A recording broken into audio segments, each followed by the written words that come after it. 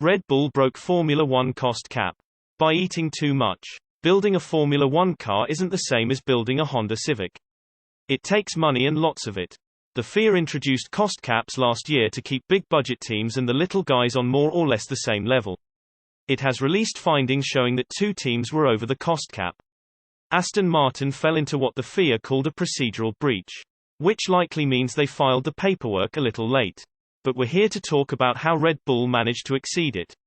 If you ask the FIA, the team's catering budget is part of that.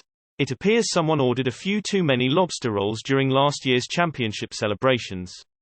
That, combined with some other factors, has put the team over the line, says the FIA. Per the FIA's report, Red Bull committed 2 breaches of the 2021 cost caps. 1 procedural breach and 1 minor financial overspend, amounting to less than 5% of the cost cap. That puts the sum somewhere south of $7 million.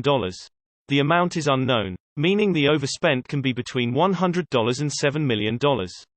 Jokes aside, it wasn't lobster rolls or championship celebrations that set Red Bull over.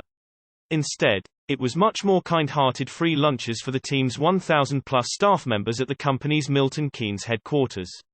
In addition to catering costs, the report found that costs associated with absent staff also contributed to the breach. Perhaps this explains some of Red Bull's apparent anger over the findings.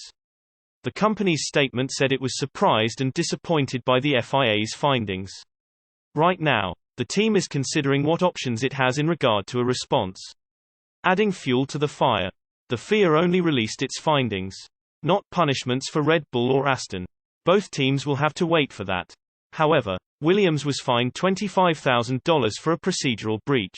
Red Bull insists that it did not violate cost caps. And its statement above suggests that RBR is considering appealing to the FIA. Reposted from source carbuzz.com.